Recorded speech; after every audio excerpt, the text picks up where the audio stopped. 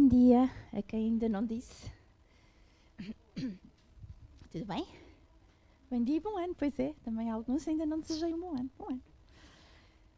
Ora bem, nós temos um Deus que é grande, que é majestoso, que é rei. Mas é fantástico como este Deus, que é tudo isso, está tão próximo de nós, não é? Então, eu hoje venho falar sobre este livro, Manso e Humilde. Foi um livro que não foi fácil começar a ler. A tradução não ajudou. Foi um bocadinho difícil. Foi assim um mastigar e tipo, ok, parecia um bocadinho uma chiclete. Mas depois começou aqui a entrar e a entranhar-se. E tem coisas realmente maravilhosas que nos pode ensinar. Eu quero começar também por dizer que em Oséias 6:3, a palavra diz-nos que devemos conhecer e prosseguir em conhecer ao Senhor. E este conhecimento de Deus é algo que nós estamos constantemente a fazer. Nunca nenhum de nós conhece Deus na sua plenitude. É um processo. Uma das frases do livro que eu gostei diz assim: a vida cristã é a longa jornada de deixar para trás as nossas suposições de quem Deus é, substituindo-as pela insistência do próprio Deus de quem Ele é. E então que cada um de nós, esta é a minha oração, possamos ir substituindo os nossos conceitos acerca de Deus por quem Ele nos ensina que é. E Ele ensina-nos na sua palavra. E depois existem algumas pessoas que pegam nesta palavra e que nos dão assim estas refeições prontas que nós podemos também aprender com elas. Então este livro pretende apresentar-nos o coração de Cristo.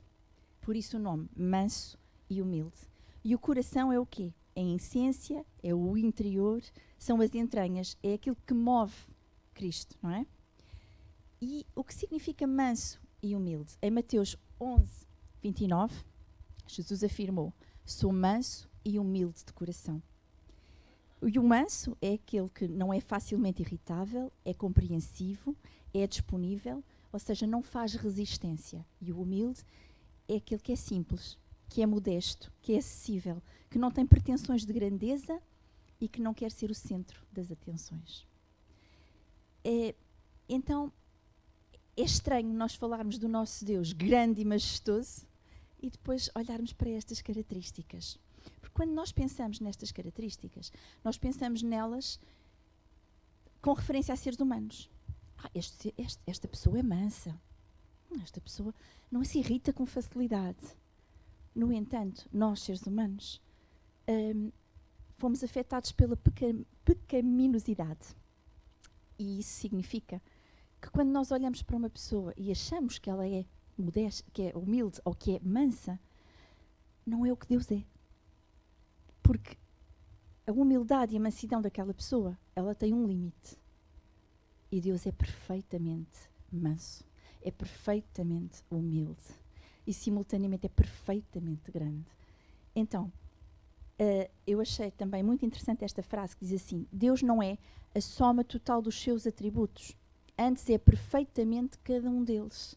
E isto para a nossa cabeça é tipo, como assim? Como perfeitamente cada um deles? Para mim ele é manso e grande, humilde e grande, manso e justo, suscita-se ira nele, mas ele é manso. Como é isto, não é? E ele é perfeitamente tudo isso. O facto de nós sermos criados à imagem de Deus não significa que ele é igual a nós. E muitas das vezes nós olhamos para as características que lhe são atribuídas e pensamos nelas como se fossem atribuídas a nós. Mas mesmo uma pessoa mansa e humilde, mesmo uma pessoa bondosa, que nós achemos que é bondosa, ela é apenas uma sombra tênue dessa característica em Deus. Muito tênue, porque ele é perfeitamente tudo isso. Vamos abrir então em Efésios 2.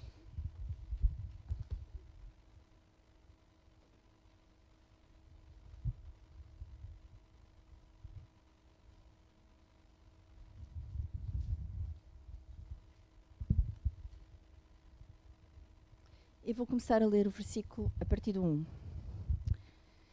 Diz assim: E vos vivificou, estando vós mortos em ofensas e pecados, em que noutro tempo andastes, segundo o curso deste mundo, segundo o príncipe das potestades do ar, do espírito, que agora opera nos filhos da desobediência, entre os quais todos nós também antes andávamos, nos desejos da nossa carne, fazendo a vontade da carne e dos pensamentos, e éramos, por natureza, filhos da ira, como os outros também. Então, como eu digo, a vida humana foi contaminada pelo pecado. E aqui não há ninguém excluído. Mas eu portava-me bem, eu não fazia assim grandes pecados. Para Deus não existe isso, dos grandes e dos pequenos pecados. Ou seja, não importa o grau de pecado que nós atribuímos, não importa o tipo de pecador que nós fomos. Se fomos alguém que matou, adulterou, prostituiu, roubou, mentiu, ou se simplesmente vivíamos longe de Deus, vivíamos em desobediência a Ele. Não queríamos minimamente saber de quem Ele era e, se calhar, alguns até escarneciam dele. Não importa, todo o ser humano está debaixo do pecado. E, portanto, aqui diz que estando nós mortos em ofensas e pecados, e depois o versículo 3 diz, entre os quais todos nós também antes andávamos nos desejos da nossa carne, e que por natureza éramos filhos da ira. Ou seja, por natureza nós suscitaríamos a Deus rejeição e ira. E então estávamos mortos porque o salário do pecado é a morte. E outra frase que aqui escrevi diz assim: mesmo os que viveram em padrões morais mais rígidos continuavam mortos. Podemos ser mortos morais ou mortos imorais, mais ou menos balizados por regras, mas todos éramos mortos. E por isso é que Ele nos vivificou. E isto é fantástico, porque estávamos prontos a suscitar a ira de Deus, mas ainda assim fomos salvos da ira. Ou seja, Deus teve para connosco um ato de misericórdia, não nos dando a ira que merecíamos.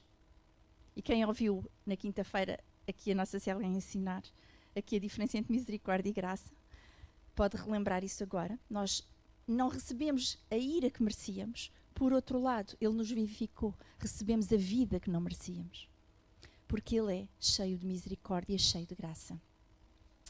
E não foi por nada que nós tínhamos feito. Não foi porque de repente, agora, de repente, tornei-me sem pecado. Eu agora não tenho pecado nenhum. Pronto.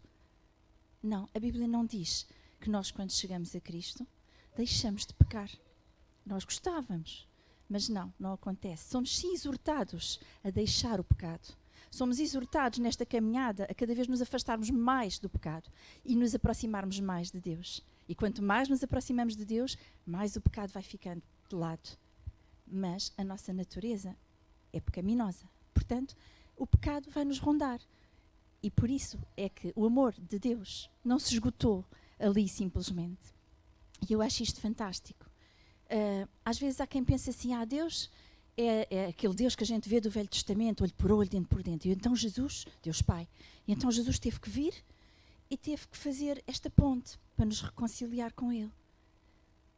Mas isto foi um acordo prazeroso entre os vários, entre o Filho, o Pai, o Espírito Santo. Isto foi um acordo, porque Deus só há um. Não há 3 deuses, não há 2 deuses, há um Deus.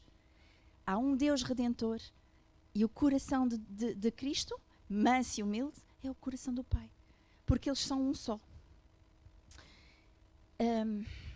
Portanto, o que é que aconteceu aqui? Será que Deus abdicou de cumprir a sua justiça, uma vez que nós éramos filhos da ira e suscitaríamos a ira dele? Não, Ele não abdicou da justiça nem da ira. Mas ambas ficaram satisfeitas em Jesus. Ambas foram satisfeitas nele. E como eu dizia há pouco, todos os atributos de Deus exibem o seu amor. Jesus foi amor encarnado. Encarnado em carne. Não encarnado em carne. Jesus veio em carne como amor. Ele foi a prova do amor de Deus. Por isso é que a palavra nos diz que Deus provou o seu amor ao enviar o Filho. E esta obra redentora foi essa prova. Mas continuamos a precisar deste Jesus. este Jesus que nos justificou, este Jesus que nos reconciliou com Deus, ele continua a ser intercessor e advogado diante de Deus por nós. Porquê? Porque ele vai atualizando constantemente a nossa justificação. Ele mediou a nossa relação com Deus. A reconciliação é isso. Nós podemos estabelecer uma relação com Deus. E como advogado, ele atua em nosso favor sempre que necessário. E isso é fantástico. Porque realmente, como eu dizia, nós não deixamos de pecar. No entanto, a nossa conversão vai nos tornando cada vez mais sensíveis ao pecado. E podemos, por isso, afastar-nos mais dele. Vamos a Romanos 5.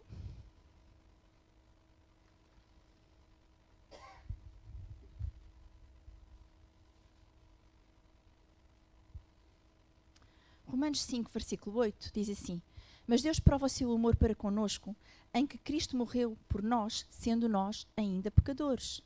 Logo, muito mais agora, sendo justificados pelo seu sangue, seremos por ele salvos da ira. Ok? Portanto, ele morreu por nós, mesmo com o nosso pecado, não depende de nada de nós, e somos justificados e fomos salvos da ira.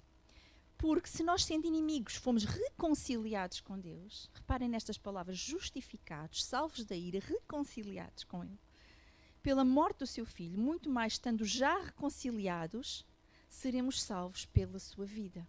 Nós já estamos reconciliados e somos salvos pela sua vida. Ok? E eu escrevi aqui outra frase que é: a ira de Deus contra o pecado move-se em compaixão para com o pecador. Nós temos vários apelos de Deus. A palavra chama a Deus o Pai das Misericórdias. Ele é rico em misericórdia. E entre os apelos é: vinde, buscai, batei. Estes apelos, porque aqueles que se chegam a Ele, esses tornam-se membros do seu corpo, membros do corpo de Cristo. Nós temos o nosso corpo. Se um dos nossos membros ficar doente, nós cuidamos do membro. Mas nós vamos lutar. Vamos nos irar. Com o quê? Com a doença. Não com o doente. Mesmo que essa doença seja resultado do comportamento do doente. Mas nós vamos estar ali a lutar contra a doença e a cuidar do membro doente. E para Deus é assim também. A ira dele vai contra o pecado, mas o amor dele e o cuidado dele vai de encontro ao pecador. E eu escrevi assim: Deus ama com um amor que suporta e protege quem Ele ama até de si mesmo. Deus ama com um amor que suporta e protege quem Ele ama até de si mesmo, até da sua ira. O seu amor protege-nos. João 13:1 diz que, tendo amado os seus, amou-os até ao fim. Ou seja, nós somos chamados seus. A partir do momento que nós nascemos de novo, que vamos a Ele, vinde, que nos chegamos. A partir do momento que nós fomos feitos corpo de Cristo, nós somos seus. E diz que o seu amor foi até ao fim. É um amor sem limites.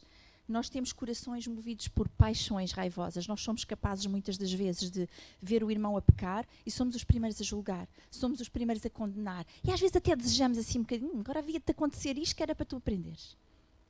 Nós somos assim, mas Deus não é assim. Deus não é assim. E isso dá-me, sabem o quê? Uma gratidão fantástica. Uma grande gratidão.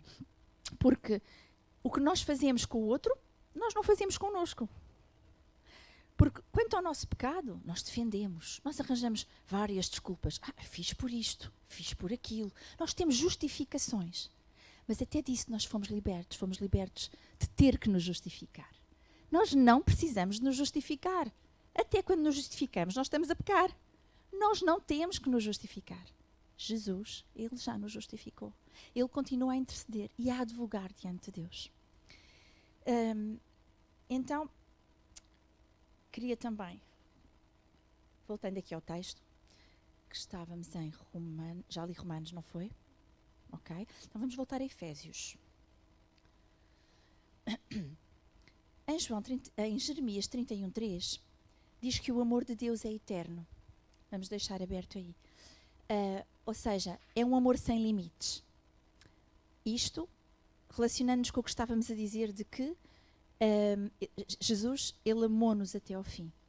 Ele amou-nos até ao fim. Ele chamou-nos seus, Ele tornou-nos seus amigos, Ele tornou-nos filhos, Ele tornou-nos seus irmãos, Ele tornou-nos seus. Às vezes, quando nós falamos com alguém, dizemos: olha, tudo de bom para ti e para os teus. Quem são os teus? São aqueles que nos são próximos, que estão no nosso coração. E nós estamos no coração dele. Então nós somos seus. E como somos seus, podemos ter esta segurança, que nós fazemos o nosso melhor, mas quando erramos, não deixamos de ser seus. Ele não nos abandona, Ele não nos rejeita porque nós erramos, porque nós falhamos. Não. Porque nós temos medo, porque nós temos falhas, porque nós temos dúvidas. Não, nada disso nos afasta dele. É fantástico. Ele é manso e humilde. Ele podia lançar a ira sobre nós, mas Ele lança sobre o pecado e a nós alcança-nos com misericórdia.